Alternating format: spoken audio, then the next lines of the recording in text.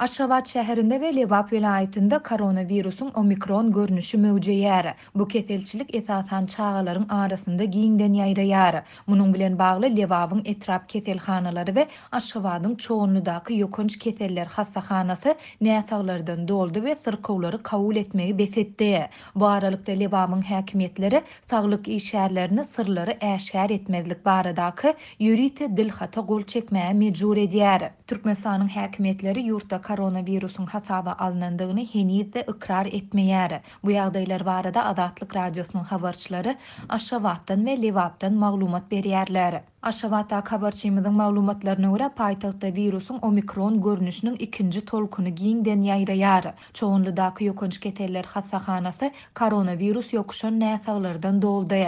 Häzirki wagtda esasan çağalar bu virus bilen keselleýärler. Olaryň beden temperaturalary aşa ýokurlanyp iç geçmä sezewar bolýarlar diýip habarçymyz anonim şertde söhbetdeş bolan bir saglyk işgäriniň sözlerini titirledi. Lebapda habarçymyz virusun bu vilayetde de mewjudýandygyny, hususan da Türkmenabat şäherinde we Saýat hemde Farab etraplarynda ýiti respirator keselçiligi bilen keselleýän mektep okuwçylarynyň sanynyň gözgörteli köpelendigini aýdýar.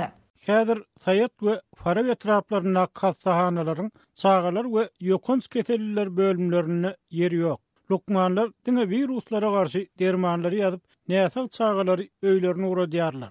Dip anonim şertde söhbetdeş bolan yerli saglyk işgäri 26 ýanwarda habarçymyza beren maglumatynda aýtdy. Onuň sözlerine görä keselçiligiň ýitileşen görnüşinden ejir çekýän çağalar intensiv bejerigi üçin niýetlenen enjamlar bilen üpçün edilen ýürite otoglara yerleşdirilýär. Faraun keselhanasynda bu enjamlar ýeterlik mukdarda bolman soň agyr syrkawlar ýürite ýollanma bilen vilayet hastahanasyna ýerilýär. Diýip saglyk işgäri belledi. Şol bir wagtda habarçymyz bilen söhbetdeş bolan lukmanlaryň ençemesi özleriniň mektep okuwçylaryna koronavirus diagnozyny goýmak beýlede dursun. Hatda bu barada gürrüň etmäge de gorkýandygyny aýdýar. Virus bilen kesellän çağalaryň resmi namalarynda olaryň gripe ýolugandyklaryny görkezýäris diýip saglyk işgäri belledi. Lukmanlaryň sözlerine görä bu gorka we bu hili saglyk netijesiniň görkezilmegine häkimetleriň saglyk işgärlerini edýän soňky basyşlary sebäp bolýar. Häzir häkimetler saglyk işgärlerini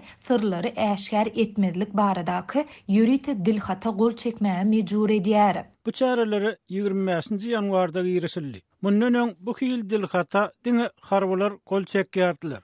Bu çäre ýurtda koronavirusyň, hususan onuň omikron görnüşiniň ýaýraýan baradaky maglumatlaryň daşary ýurt habar teristelerini peýda bolmagynyň öňüne almak üçin edilýän tagarlalaryň bir bölegi. Dip saglyk işgäri aýtdy. Adatlyň Aşgabatyň we Lebabyň saglyk edaralaryna jaň edip türkmen resmiýetlerinden ýokunç keseliň ýaýramagy we oňa garşy alınıp barilýan görüş barada goşmaça maglumat almak synanşyklary häzirlikçe netije bermeýär. Habarçymyz bilen anonimlik şertinde söhbetdeş bolan Faraply we Saýatly bilim işgärleri keselçiligiň artýandygy sebäpli mekteplerde mart aýyna çenli diňjalyş oglan edilmeginiň ähtimaldygyny hem aýtdylar. Adatlyk bu barada Lebap vilayet we etrap bilim bölümlerinden goşmaça maglumat alyp bilmedi. Türkmen häkimetleri pandemiýanyň başyndan bäri ýurtda koronavirusun hasaba alınandygyny resmi taýdan ikrar etmeýär. Muňa garamadan 15-nji ýanwarda ýurtda ýene bir gulplama giridildi.